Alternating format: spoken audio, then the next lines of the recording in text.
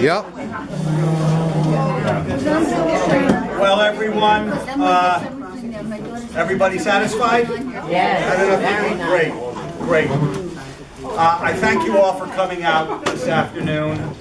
You never really know how a lunchtime program is going to be received, and as I mentioned earlier, we thought we'd have 20 people, and here we have a room filled with people over 40. For those of us who labor in interfaith dialogue, it seems to be, or it seems to have been, in dialogue circles, a widely used title for a number of programs called the Covenant of Abraham, and Jews, Christians, Muslims will come together to, share the Abrahamic faith. I don't know how else to explain it. Share the Abrahamic faith. Use Abraham as a point of unity between three faith systems. It's at least 50 or 60 years old in its origin. It is egalitarian in its outlook.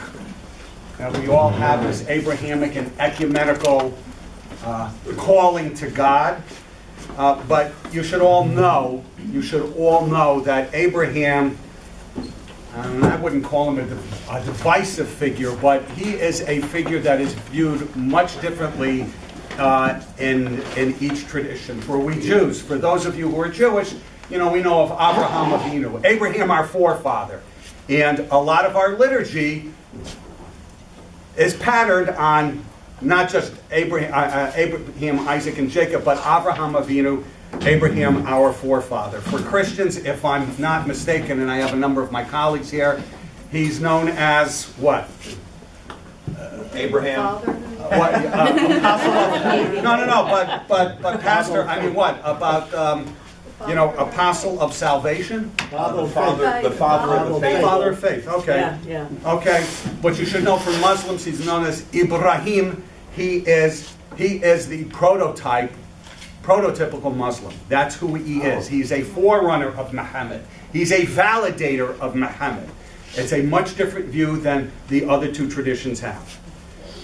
So, if you go around the country, where I'm from down in Connecticut, you see these Covenant of Abrahams quite a bit. And those of us who labor in the field are very discomfited by it.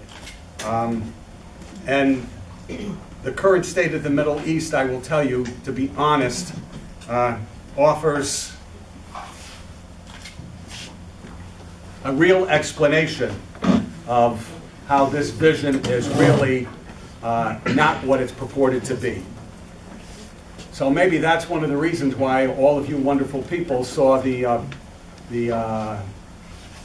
post about this program, Covenant of Abraham program, Abraham in Three Religions, and instead of 20 people, we have over 40 here.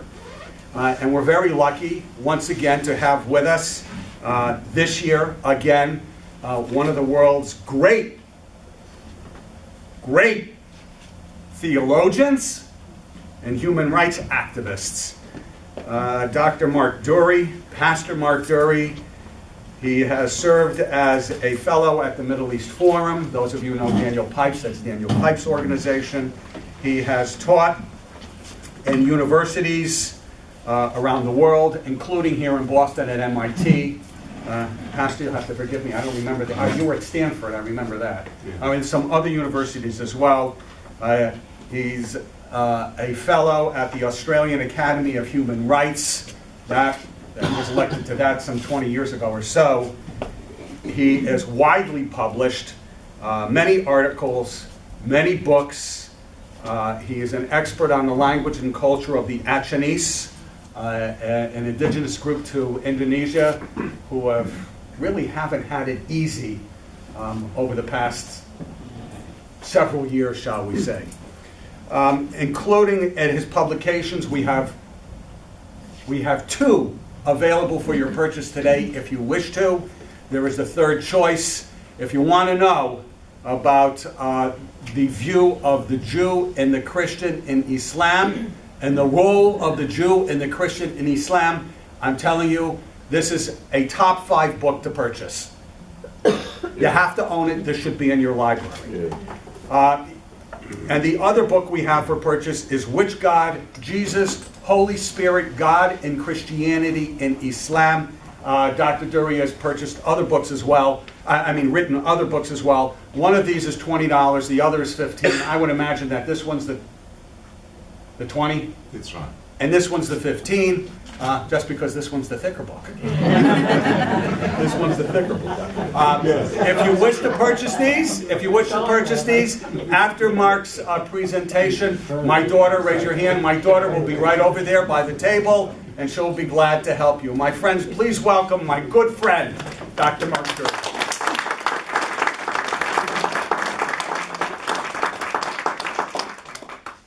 Well, it's a great privilege and honour to be here, and thank you, Rabbi John, for your kind introduction. I'm going to speak about what I'm calling the Abrahamic fallacy. And just so that you know what it is at the start, the Abrahamic fallacy is the idea or the belief that Abraham is a figure of unity for Islam, Christianity, and Judaism. This phrase, Abrahamic religion or religion of Abraham, has become incredibly popular in the last 20 years as a coverall for these three monotheistic faiths. It's particularly popular amongst Jewish and Christian liberal or progressives on the one hand, but also amongst Muslim apologists on the other. It implies a kind of unity or brotherhood or convergence perhaps of those three faiths. More broadly, it's become the standard term in comparative religions and also in popular speech to refer to these three religions. In contrast, for example, say to Indian religions or Asian religions. It wouldn't have been used as that 50 years ago. It's been an invention of the recent decades. In essence, the idea is that Abraham is held in common or shared as a point of common origin of the three monotheistic religions, and it links them together into a single theological continuity. But what does this really mean, and does it have any real substance? Is it a helpful idea to use Abraham as a focus of unity? I'm going to suggest not, that the Abraham of the interfaith movement, the Abraham of Abrahamic religion, is not actually the Abraham found in the pages of the Torah, but is in a sense a product of wishful thinking and distance from the Abraham of actual faith. I think it's true that Christianity and Judaism have the Abraham of Genesis in common. That's the Abraham of covenant, of promise, the father of many, and specifically father or patriarch of the Jews. The Abraham of the Bible is a symbol of God's benevolence to all nations indeed. But for Jews, of course, Abraham's paternity is through literal descent, and for Christians it's by faith, following Paul, and Abraham is the father of all who believe, as Paul wrote in Romans.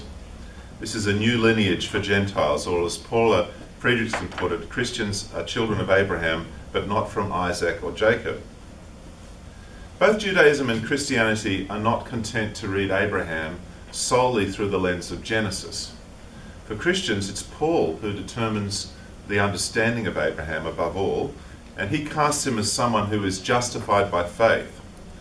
In Romans particularly, he said, "For Abraham believed, and the Lord reckoned it to him as righteousness," citing Genesis 5:6. So the Abraham of Paul can be considered as a kind of prototype of the de-Judaized Gentile Christian liberated from the shackles of the rabbinical law.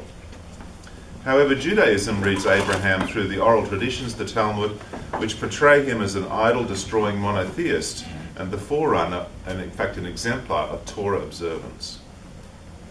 So there's already a mismatch between a Christian reading of Abraham and a Jewish reading of Abraham. A story that's recorded, I think, in a Midrash tells of how the young Abram smashed his father's idols and then told his father that it was one of the idols that had attacked all the others, therefore saying, "It's not my fault that it happened. They did it to each other." And the father disagrees and says, "It's just a statue. How could it have killed the other or destroyed the others?" And Abram said, "I got you. It's just a statue. It's not worth selling." As a false god. But this story is not found in the Bible, although it does turn up in Islamic tradition, referenced in the Quran. In reality, It's an interesting thought. There's actually nothing in Genesis that portrays Abraham unambiguously, clearly, as an exclusive monotheist or as someone opposed to idol worship. It's implied in Genesis 18:19, to be sure, for I have chosen him, the scriptures say, so that he will direct his children and his household after him to keep the way of the Lord by doing what's right and just, so that the Lord will bring about for Abraham what he has promised him. And here Genesis says that God has chosen Abraham for the purpose of establishing his generations to do what is right and just, implying the law as part of covenantal relationship. But what you can't actually find in Genesis is that Abraham lived out this commission in an exemplary way. It doesn't say he was a model of observance, nor that this involved an explicit rejection of idolatry. In fact, the first time in Genesis that the rejection of other gods turns up explicitly is in the story of Jacob in Genesis 35:2, where Jacob says, "Get rid of the foreign gods you have with you." I think Rachel had stolen the idols of her father's house, and Jacob says, "Purify yourselves and change your clothes." So it's a couple of generations on from Abraham. In Joshua 24:2-3, it's implied that Abraham was chosen by God out of the religious context of his idol-worshipping father, Terah. But again, it's not stated explicitly that Abraham himself renounced idol worship, and there's no reference to idols or other gods in the Abraham story. Also, there's no code of conduct described in Genesis in connection with the story of Abraham, which might be called a law. In God's encounters and relationship with Abraham, there's no impartation of a system of ethics. There is covenant, there's favour, there's promise, there's references to faith, Abraham's faith, and his acts of obedience. But the only regulation reported in respect of Abraham, apart from God being the God of his family, was the custom of circumcising his sons, instituted as a sign of the covenant. So, although there's nothing explicitly in Genesis, in the story of Abraham that is, that describes him as being opposed to idols, I think what is of great interest is the incident of the binding of Abraham's son Isaac, in which God intervenes, sparing Isaac, and symbolically puts an end to child sacrifice, replacing it with the sacrifices of an animal. This anticipates the instruction in the law of Moses that the Israelites had to redeem their firstborn son by offering an animal sacrifice in its place. And later, of course, in Christian theology, the theme of the sacrifice of the son on that very same mountain becomes very significant. The Akedah, or sacrifice of Isaac, was important in defining the distinct identity of the Israelites. The Hebrews are culturally very closely related to the surrounding Canaanites, linguistically virtually indistinguishable from them. Hebrew is classified as a Canaanite language alongside Phoenician, Ammonite, Moabite, and Edomite. And Canaanite religions were very well known for the practice of child sacrifice. The Romans really disliked the Phoenicians for that, and that was a theme in the Punic Wars. The account of the interrupted sacrifice of Isaac and the subsequent practice in the law of redeeming the firstborn son sets the Israelites apart from their Canaanite neighbours and elevates the worship of the God of Abraham above that of Moloch, who welcomed human sacrifice. The practice of child sacrifice was in fact also a Hebrew practice, an issue that is discussed in the prophets. It concerned them that it continued right up until the exile. Solomon himself built a temple to Moloch, and this was only torn down in the reforms of Josiah. So this story of the rejection of the sacrifice of Isaac, the intervention of God, could be treated as an anti-idolatry polemic against Canaanite child sacrifice practices. But if so, it's an indirect reference, and apart from this, Genesis offers little which allows us to regard Abraham as a model monotheist, a follower of God, yes, but an exemplar as an anti-idolater, no. So in summary, Christianity and Judaism share the Abraham of covenant, the father of many, the Abraham of Genesis, but each tradition has a different perspective on Abraham apart from that. And also, in fact, the Jewish and the Christian perspectives on Abraham are, in a sense, at loggerheads. Something has happened to my iPad here. It's a problem with technology. As I understand, in Jewish tradition, he is, as I said, the model of a Torah-observant Jew, a Talmudic perspective. But for Christians, he's the man saved by faith, a figure who stands opposed to continuing Jewish adherence to the Torah, a perspective which is based more on Paul than on Genesis. And there are even in Paul tensions in his understanding of Abraham. On the one hand, Paul extols Jewish identity and affirms the promises of God to the Jews as irrevocable and eternal. On the other hand, he rebukes the Jews for holding on to Torah observance in opposition, as he saw it, to salvation by faith, and for seeking to impose the Torah on Gentile believers, followers of Jesus. It's not, he asserts, the children of the flesh who are the children of God, but the children of promise. And the legacy of Abraham is, he said, received by faith, not by following the law. He says, for those who depend on the law are heirs. If those who depend on the law are heirs, faith means nothing and the promise is worthless. So while Christianity and Judaism both accept the Bible's narrative that the promise was passed on through Isaac and not through Ishmael, the idea that the children of Ishmael, the children of Israel, Abraham's grandson, are the people of God's promise, has been something of a stumbling block in the history of Gentile Christianity. Many Christians have adopted a supersessionist theology which dispenses with God's covenant to the Jews, appropriating the title people of God to Gentile Christianity and displacing the Jews as the beneficiaries of God's promises to Abraham. This was already a theme in early Christian thought. The faith of Abraham was used as a phrase, as a kind of stick to beat the heads of the Jews with. So Abraham actually is a very contentious figure, even between Christianity and Judaism. He's not a natural choice for someone that you would identify as a point of unity.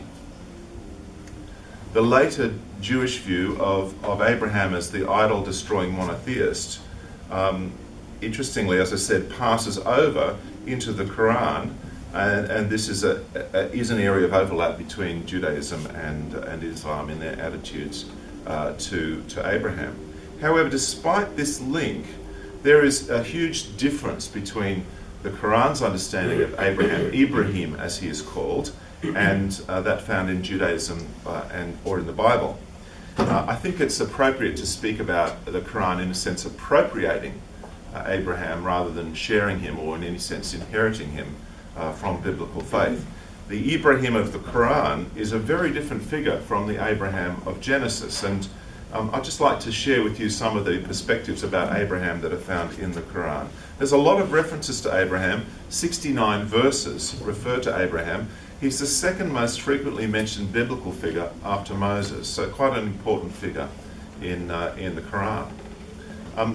Like other references to biblical material in the Quran, they are quite elusive references. There are allusions to traditions, which may have been circulating that Muhammad perhaps had heard in the marketplace. The biblical materials in the Quran don't show the signs of being brought in by someone who was familiar with the Bible or familiar with either religion. They sort of suggest that someone had heard various stories and they make references to them, but they don't really show any kind of deep familiarity with those sources. Ibrahim is repeatedly referred to. Unlike the Bible, the Quran doesn't have one section devoted to these figures. There isn't a kind of the main Moses section or the main Abraham story. There are rather references that come in and out all through the Quran in lots of different places. And the references seem to assume knowledge of the stories of these people. They don't lay them out in a very clear way. There are allusions in the Quran to the destruction of Sodom and Gomorrah, to the visit of the angels to establish a covenant. I'm going to sneeze, excuse me.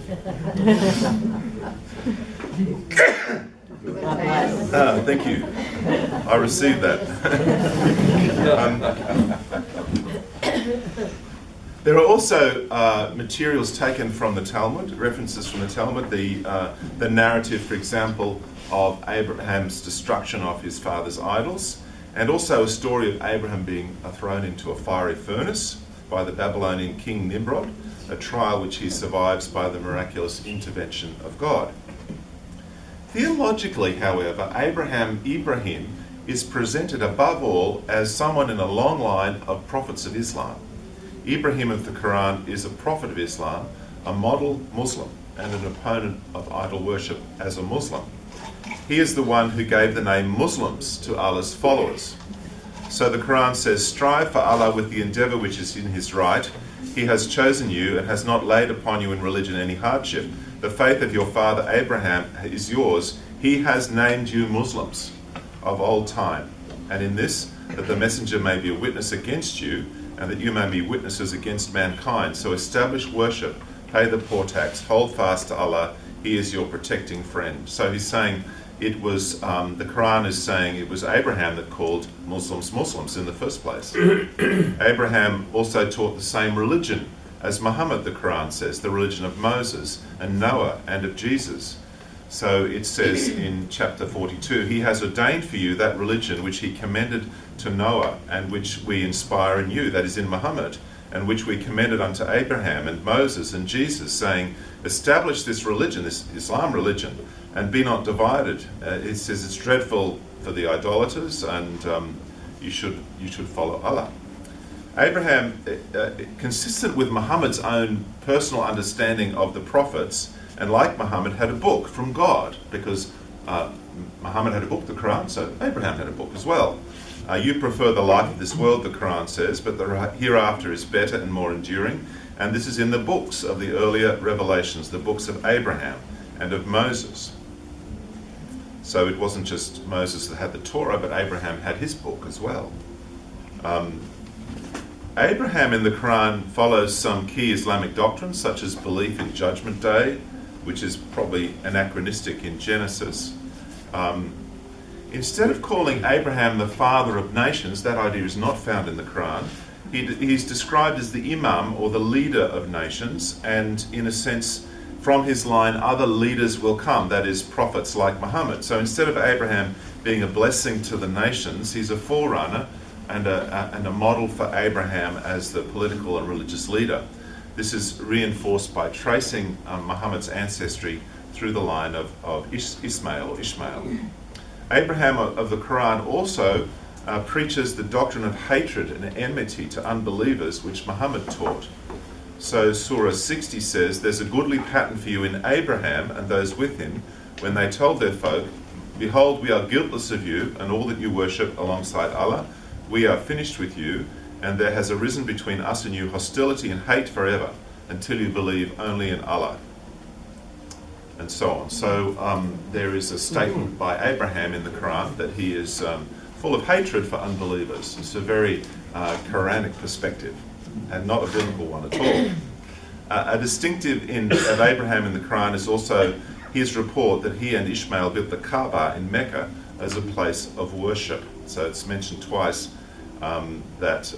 it's mentioned in a particular passage 2 times that Abraham and Ishmael established the place, that house of worship in Mecca. Guillaume, an English scholar, pointed out that there's no historical evidence for the assertion that Abraham or Ishmael was ever in Mecca, and if there had been such a tradition, it would have to be explained how all memory of the old Semitic name Ishmael came to be lost.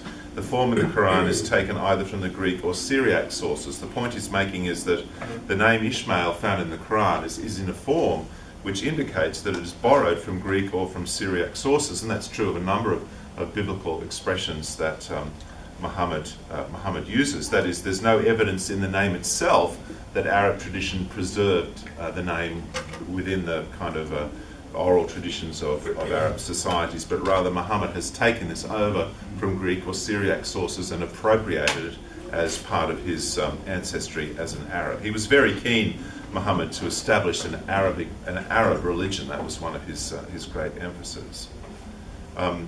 There are traditions of Muhammad, not in the Quran, which refer to an event like the sacrifice of Isaac, but in this case it's Ishmael who is Abraham is sacrificing, or would sacrifice, not Isaac. Interestingly, the Quran also refers to Ishmael as a prophet of God like Abraham, and in a long list of what the Bible might call patriarchs rather than prophets. The Quran calls them messengers, and Ishmael is one of those. And Jacob also in the Quran names Ishmael as one of his fathers, the God of thy fathers, Abraham, Ishmael, and Isaac. This is one God, and unto him we have surrendered. In other places there's reference to Abraham, Isaac, and Jacob, however, without naming Ishmael, so there's some inconsistency, and I think that's a symptom again of chunks or phrases being borrowed from Jewish discourse without being really integrated into Quranic theology. Now, what's really important is that the expression the religion of Abraham or Abraham's religion is in fact a Quranic phrase that's mentioned a number of times. What is the religion of Abraham in the Quran? Well, it refers to Islam in contrast, in fact in contentious contrast against Judaism and Christianity. So chapter 3 says Allah is speaking the truth, so follow the religion of Abraham, the upright. He was not an idolater. And then in Surah 3 also, the people of the scripture, that is Jews and Christians, are rebuked, probably Jews in this case. Why do you disbelieve in the revelations of Allah when Allah is witness about what you do? So this is just a few verses after saying, follow the religion of Abraham, you Jews. Why don't you believe in Muhammad's message? That is, the religion of Abraham is Islam, not Judaism. O people of the scripture, why do you drive back believers from the way of Allah, seeking to make it crooked, when you know that Allah has guided? Allah is aware of what you're doing. You should follow the religion of Abraham, that is, become Muslims. Muslims are also commanded to follow the religion of Abraham. Follow the religion of Abraham, chapter 16 says. According to the Quran, Islam, in contrast to Christianity and Judaism, is the faith of Abraham. And the Quran also says that Muslims have the best claim to Abraham. So chapter 3, verse 68, and it's repeated in chapter 4, Surah 4 says, behold, those of mankind who have the best claim to Abraham are those who followed him, and this prophet, that is Muhammad, and those who believe, and Allah is the guardian of the believers. Jews and Christians are rebuked for commending their faith to the Arabs. Muslims, the Quran asserts, follow the religion of Abraham, not the religion of idolaters. So the Quran says, and they are saying to us, be Jews or Christians, and then you'll be rightly guided. The answer that the Muslims should give is no, we follow the religion of Abraham. And tell the Jews and Christians that we are following the religion and the faith of Abraham. The Quran also says that Abraham was neither a Jew nor a Christian, but a Muslim. O people of the scripture, that is Jews and Christians, why do you argue about Abraham when the Torah and the gospel were not revealed until after him? Have you no sense? Abraham was not a Jew nor a Christian, but he was a Hanif, an upright man who had surrendered. That is a key phrase that is the meaning of the word Islam. He was not one of the idolaters, and so on. So it's an article of faith in Islam that Muslims are commanded to make no distinction between the messengers. That is, they are all prophets of Islam. David was a prophet of Islam, Solomon was a prophet of Islam, Abraham was a prophet of Islam. If Solomon ever built a temple in Jerusalem, it was a mosque. And it's Muslims that are the true inheritors of the temple, because it's their faith that is the true representative of Judaism and indeed of Christianity in the world today. So from the Quran's perspective, Abraham was the prototypical Muslim. He's used by Muhammad in the Quran as a kind of a stick to beat over the heads of Jews and Christians. And this particularly arises in the context of Muhammad's disputes with the Jews of Medina. He sometimes spent many long hours talking with rabbis. In fact, he called them the men who argue too much. And he didn't like people arguing with him. Muhammad asserts, he's sort of saying, you're quoting Abraham to me, but Abraham was a Muslim and one of the long line of prophets leading to me, to yours truly. If you really accepted Abraham, you would follow me.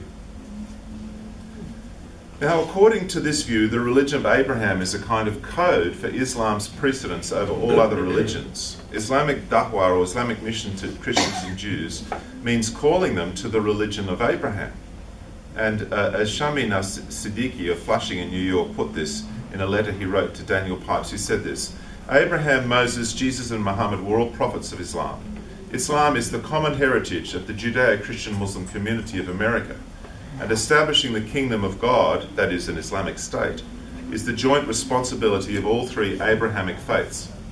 Abraham was the religion, the din of both Jews and Christians, who later lost it through human innovations. Now the Muslims want to remind their Jews and Christian brothers and sisters of the original din, the original religion. These are the facts of history, he said. So this vision that he's laying out here, clothed in words that sound harmonious, like Abrahamic faiths, in fact is calling for a Sharia-compliant United States led by Muslims and created with the help of Jews and Christians. It's Abrahamic in the sense that it is Islamic, as Islam is the common heritage of Judaism and Christianity and Muslims as well. Within this vision of Sharia America, non-Muslims will be relegated to a subservient role promoting and supporting Islam's claims to dominate. Today, the phrase Abrahamic religion has become a touchstone of interfaith dialogue and unity of agreement between Islam, Christianity and Judaism. But ironically, it's just a rendering of the religion of Abraham of the Quran. That is, it refers to Abraham as a Muslim and Islam as the true faith, in contrast to and in rejection of Judaism and Christianity. So for all these reasons, Abraham is an intensely divisive figure between Jews, Christians and Muslims. For many Christians, he's the apostle of salvation by faith alone in opposition to Torah observance. For Jews, he's the Torah-observant father of the Jewish nation and a reminder of God's irrevocable covenant with the Jews. For Muslims, he's a prototypical Muslim prophet, a prominent forerunner and in fact a validator of Muhammad's exclusive claims, and the ground of Islamic claims that Islam both predates and supersedes the biblical faiths. I've been tracing the origins of this term, Abrahamic faith, as it has emerged in the last decades, to refer to monotheistic dialogue particularly. Its most important and influential promoter was a Lebanese Maronite priest, Joachim Mubarak, who followed in the footsteps of his teacher, Massignon, another Catholic priest. And Massignon regarded Islam as a faith of genuine revelation and Muhammad as a prophet, but of a more primitive stage than either Judaism or Christianity. So that this is a tradition, the naming of the word Abrahamic faith actually comes out of a Christian interfaith tradition that in some sense is grounded on the validation of Muhammad as a prophet of God. Mubarak devoted his 1951 doctoral dissertation, Abraham dans le Coran, to the topic of Abraham in Islam, and he was a significant influence on Vatican II's policy on Islam, which shaped even the Catholic Catechism, which sees Islam and Christianity as united by adoration of the one God. So the Catechism says in paragraph 841, the Church's relation with the Muslims, the plan of salvation also includes those who acknowledge the Creator in the first place amongst whom are the Muslims. These profess to hold the faith of Abraham, and together with us they adore the one merciful God, mankind's judge on the last day. Mubarak also saw in the theme of Abrahamic faith a force which could unite Christians, Jews and Arabs into one family. So he wrote that one should promote an egalitarian Palestine in which Christians, Jews and Muslims demonstrate together their Abrahamic and ecumenical vocation. This is a vision of reconciliation between faiths based on the religion of Abraham, which is, as I said, code for Islam. It is fundamentally flawed and in fact leads to Islamization in a society based on a Quranic concept of Islamic faith. That is, it leads to a Sharia state. In effect, Mubarak was calling for Palestine, as he referred to it, to be a nation in which Islamic faith would set the agenda for the interactions of the different faiths in their ecumenical vocation, as he calls it. That is an agenda that is dedicated to the ultimate disappearance of Christianity and Judaism, because the dhimmi system relegates them to a position of demographic decline and ultimate destruction in Islamic eschatology. It should not be surprising that a Christian from a dhimmi background, from a nation traumatized by the massacres of Christians in the late 19th and early 20th centuries, would produce a quintessentially dhimmi theology, one which offers to Christians the option of serving Islam by embracing its legitimacy and thus accepting Muslim power. But Yeor wrote, Mubarak interpreted the end of Christian political power, that is in Lebanon, as a religious liberation, which would restore to the church the vocation that Islam had assigned to it, a service of charity and love towards Muslims. The promotion of Abrahamic faith as the touchstone of interfaith religious dialogue was linked in its very origins in the writings of Mubarak with a vision of a Middle Eastern utopia in which Christians, Muslims and Jews would live side by side in unity. In reality, this vision encouraged Islamophile church leaders in Lebanon to fight alongside Palestinians to destroy the political and national structures of Christianity in Lebanon. The ultimate outcome has been and will continue to be the progressive Islamization of that nation and the destruction of the Christian church in accordance with the internally determined goals of Islamic doctrine, a process which is now reaching endgame stage in Iraq and also Syria, as it is being emptied of Christians. I'm minded to recall the previous Archbishop of Canterbury, Rowan Williams' suggestion that the Brits embrace aspects of Sharia law, particularly family law, claiming, he said, I quote, "It is not as if we're bringing in an alien or rival system." I'm sure that his views were based on his experiences of interfaith dialogue, which had schooled him in the underlying unity of the Abrahamic faiths. The religion of Islam is not alien because we are all part of the Abrahamic community. Thus, he became an apologist for Sharia law and its completely alien and abhorrent treatment of women. The Sharia courts of the United Kingdom serve women very, very badly. And yet, Williams is asking us to embrace these very principles on the basis of a theological vision of Abrahamic unity. The pointy end of his proposal is the entrenchment of Sharia courts across the United Kingdom, which are very bad news for Muslim women. He was also unwittingly an apologist in effect for Sharia's demand that Muslims be politically dominant, because there is no such thing as Sharia light. Accepting Sharia law is in a sense essentially an acceptance of Islam's claim to occupy a dominant place in the political sphere. The concept of Abrahamic faiths, as it's been developed in interfaith relations, is a fallacy. It's a dangerous fallacy. Its contemporary influence was tragically born out of a century of Christian suffering and accommodation in the Middle East, and foisted upon the unsuspecting and ignorant West. It is reasonable to ask whether this is a theological Trojan horse designed to promote an Islamic worldview of relations between faiths. By all means, let's talk about Abraham in interfaith dialogue and inquire what he stands for in the different faith traditions, and note that the narratives of each of the three faiths reference Abraham and regard him as a significant figure. By all means, we should seek to work together and establish common ground where we can, and take up interests of common human concern together. But it's unwise, unhelpful, and fundamentally confusing to take Abraham as a touchstone of unity and theological continuity. Indeed, it's a very dangerous idea to see in Abraham a point, the focal point of Jewish, Muslim, or Christian cooperation and continuity. Thank you. I'll like to...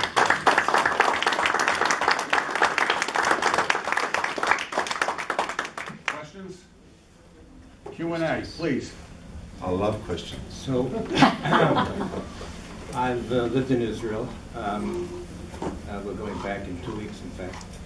There is only one place in the Middle East that the Christians are welcome and safe. That's right. And that's Israel. In every other country in that area, they're being victimized, they're being killed, they're being pushed out, they're not wanted, they're being ejected as you see it. Hence the idea that we're all going to be one happy family under Islam is absolute poppycock. It's not going to happen. I think It is 100% poppycock. Prince Charles, that's not so much a question, but I think Prince Charles made that point in an opinion piece he wrote around Christmas time. He's devoted many years' effort to interfaith work. In fact, he'd said he'd prefer to be the defender of faiths rather than the defender of the faith, which is one of the titles of the Queen, speaking about his anticipation of becoming king. But this piece, he pointed out that what's happening to Christians in the Middle East is giving the lie to decades of interfaith work. And another way of putting it would be, if Islam cannot guarantee the safety of Christians, then how can there be any claim for unity and harmony? And also, I think people have short memories, because from 1948 and then in the next couple of decades, all the Jews were expelled from Muslim lands. There's probably 49. probably Within 3 years. There's probably only 50 Jews left, in countries like Egypt and Syria and Lebanon and Iraq. Very, very few left. So the Christians are being treated in the way that Jews were before. And this is very much determined by Islamic ideology, Islamic theology. For me, the thing that really the penny dropped the most was when I realised that this very term, religion of Abraham, faith of Abraham, is a Quranic construct. And the one reason why Muslims embrace this concept is because it's a way of, for them in interfaith context, of validating the claim of Islam to be the primordial faith, and the eschatological faith, the faith to which Christianity and Judaism are bound to kind of convert to in the end. So that's why I said sort of progressively or liberal-minded Christians and Jews might buy into this terminology, but on the side of the Muslims, it's more a strategy of mission to proclaim the religion of Abraham. It's a very, very handy bridge into accepting Islam and so you'll see Muslims arguing against the Judeo-Christian terminology. They really hate that. Some of them say, it's really wrong to call America a Judeo-Christian country. We're an Abrahamic country. So that the biblical tradition is becoming relabeled as a Quranic tradition, and then you have a kind of intellectual jihad being waged, the war of ideas, where history and identity is being reclaimed and renamed as Islamic. And that's incredibly consistent with a trend that's kind of replacement, a theological trend in Islamic thought. I think there were a lot of graves on the Mount of Olives, Jewish graves, and the Palestinian Authority was just destroying them all. And you'll find many examples where radical Muslims have destroyed Christian and Jewish grave sites. There's a tendency to reclaim, to eradicate, to replace history with Islamic history. And this trend in theological dialogue is an example of the success of that strategy, I think. Yes? I'm a Christian of Lebanese background and human rights activist too. Working very much with Rabbi John. And my question is, what do we do to combat it? I mean, obviously everyone here understands the issue of Islamic fundamentalism and intolerance. And it seems like, we're swimming against the tide in the West. I assume it's quite similar what's happening in Australia as in the U.S. and Western Europe and Canada. And, I think we have to come up with some strategy to reach the masses. And it seems, with the internet and a lot of blogs out there that really, examine Islam more, more wholly than the, you see on the nightly news or you read in the papers. But I don't know if that's an effective means or what we can do to make it more effective and educate more people than just, word of mouth between, people here and people that are in the know and the people that they associate with in their communities. Do you have any ideas on that? Well, I suppose I'm devoting a fair section of my time and my life to that very project of educating. God bless you for what you're doing. And the book, The Third Choice, is written to really challenge people who are open to being informed and with information that really fundamentally will challenge and help them shift their worldview. It is true that there is a kind of prejudice in favour of Islam in Western societies amongst sort of ignorant secular people who are not very religious. So in our congregation we have a young Egyptian woman who converted to Christianity. She left Islam. And in fact she was married to an Australian who'd become a radical Muslim and then decided Islam was wrong and then became a Christian. And then she said, well, I never really liked Islam. Anyway, I'd like to become a Christian too. So she wears a cross and she's an Egyptian Christian. And when she is in a supermarket or visiting a doctor's surgery, someone says, oh, you're from Egypt, are you a Muslim? She said, no, I'm a Christian. And they think, oh, you must be a Copt, And she said, no, I'm not. I used to be a Muslim. I've become a Christian. And people then say, oh, did people make you do that? Has someone coerced you? If she'd become a Muslim, people would say, oh, that's a beautiful thing, we love that. But the fact that she's become a Christian is somehow disturbing to people and challenging to people. And both she and her husband, who've both been Muslims, their view is that there's a deep prejudice against Christianity and Christian perspectives. It's fascinating to hear that. I have a similar story. In our congregation, we have a Christian convert, an Egyptian Christian convert, whose father was a sheikh at El Azhar, the highest center of Islamic learning in Cairo and in the Islamic world. And he wanted to go back and make peace with his family. And the story I've heard from several parishioners who know him, better than I, they basically threatened him, "You're going to get out of here, we're going to kill you." So the family did. Yeah. Well, that's another issue. Like Islam, the penalty for leaving Islam is death. But this is the case of like ordinary secular Australians who don't want to know that a Muslim has become a Christian. But I mean, like that case, people just don't understand how draconian and intolerant it can be. And how uncompromising. So that's one reason why I wrote the third choice. You need people to be active locally. There's a need a lot of grassroots work, educating ourselves about Islam. Also, Christian leaders need to be challenged. They're often just very open to being informed in ways that are not true. So they receive information believing it's truthful when it's not. Some years ago, there was a letter written to the Christians of the world by Muslim scholars called The Common Word Between Us and You. And a group of American Christians wrote a response, which I think was a very poor response. It was led by theologians at Yale University, and they got a lot of leading Christians to sign up to this.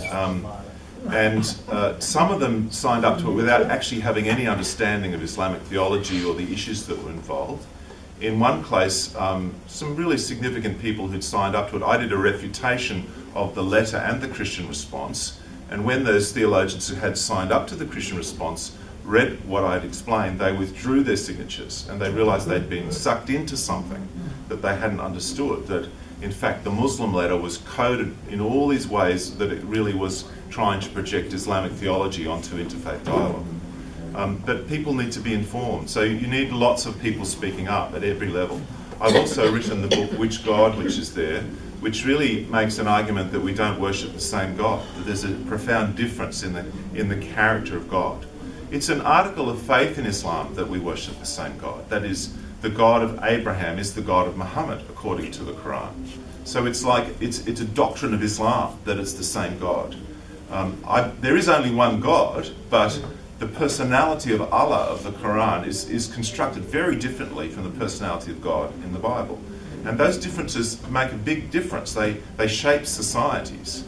And educating ourselves about that is really significant. So when Miroslav Volf wrote his book called Allah, arguing that we do worship the same God, I did a very critical review and pointing out many fallacies in his theological arguments and a lot of errors of fact. So we just need a lot of people to write, to speak, to be engaged in discussing it. The other thing is, I think most people are on the fence. Like most people in Australia, I think in America, they're sort of wanting to be informed. They're kind of frightened what they might discover if they were informed, but they'd like to know more, and they'd like to know it in a way that doesn't turn them into bigots. They're frightened of being turned into kind of zombie haters of Islam. They want to maintain their humanity and their graciousness and their love. But yet they also want to be informed. And the challenge is to help people to go through that transformation. And I think it's good that the sufferings of Christians are coming to attention in the media in the West. That's been a suppressed and censored subject for decades. Now we're getting to the point where people are looking at it, and I think that raises the question, well, couldn't it not be the case that Islam itself is the reason for all these sufferings? It's and if people are able to join that loop up, that will enable them to change their thinking as well. So there's just a lot to be done, and a lot of people are doing that. People are speaking up, but we need to do it more and more. It's urgent. One of the great difficulties in America is that the administration is promoting a very positive view about Islam, and basically it's commonality culturally in a sense with the biblical worldview, and so you're swimming against the tide in speaking up in these ways. So it's not easy, but we have to do it. And I think these issues that I'm speaking about here, like the religion of Abraham, the religion of continuity, the issue of continuity, theological continuity, is absolutely central. for Christian leaders, for people in seminaries, people that are teaching in areas of theology and religious studies. This is a core issue that needs to be addressed. A question here, and then at the back. Well, basically, just to continue with that, a lot of this is just fear. Fear.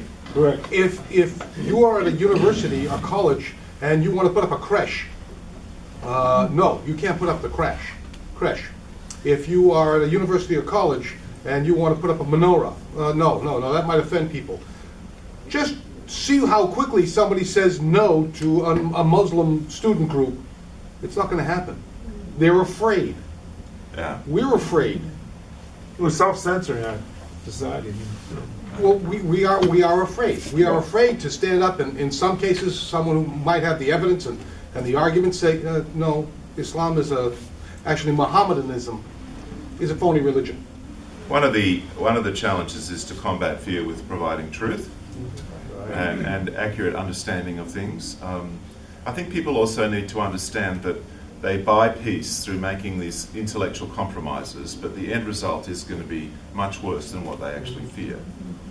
That there's a great deal at stake, and you need to look at Syria or Iraq and see what's happening to Christians in Pakistan to understand what is really at stake. And it's the clarity of leading people through a process of thought that comes to that conclusion that is really needed. Another thing I want to say is, I think Islam and Western secular ideology is like a perfect storm. They match together. And so there's a lot of very bad ideas that have become widespread in the West that make people unable to understand Islam. So, for example, Marxism taught that religion was not actually a cause of anything, but more a manipulative tool that the wealthy use to exploit the poor. So religion is not a cause, but it's a symptom of injustice. And that view that religion is not a true cause of anything influences secular people to think, oh, Islam is not a cause of anything either.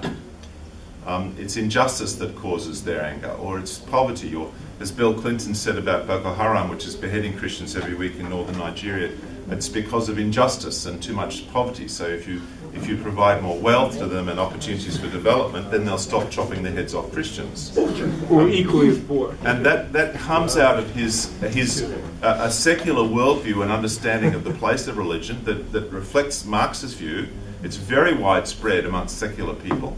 Another view that's widespread amongst secular people is that all religions are the same, a kind of product of the human search for meaning, and they all teach essentially the same values.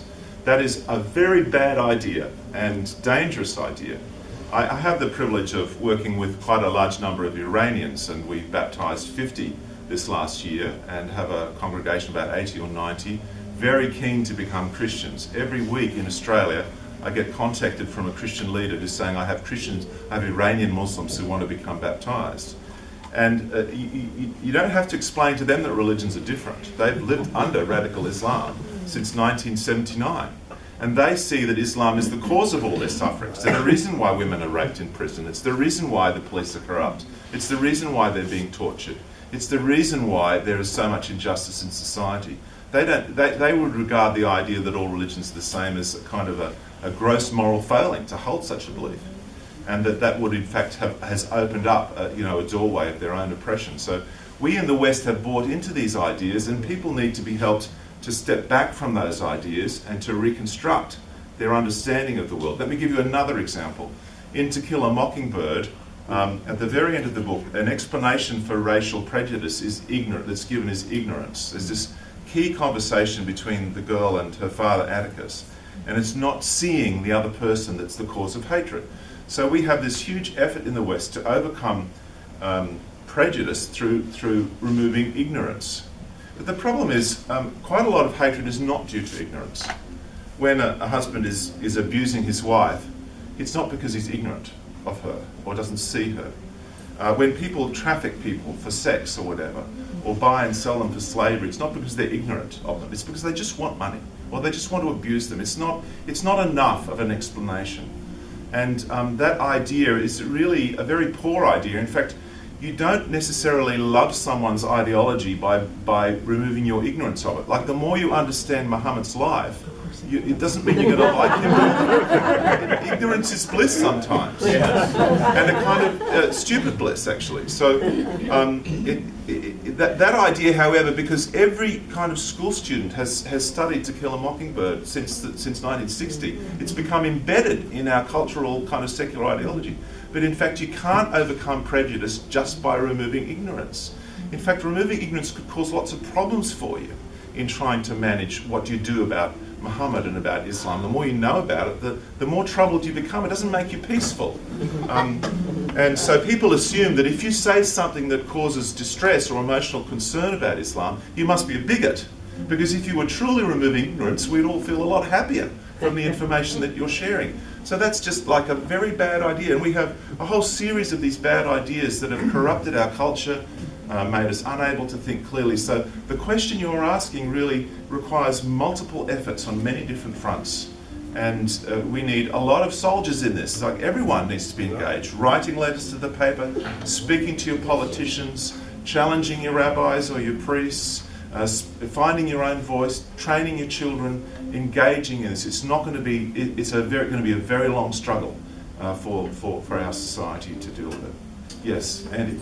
Mark, when you were looking at Joaquin Mubarak's writings, there was a very strong countercurrent in the Maronite community that was actually pro-Zionistic, that saw Lebanon, or at least maybe a part of Lebanon, becoming an enclave for Christians, the way Israel ultimately became an enclave for Jews, including half of the population being from Oriental Jewry.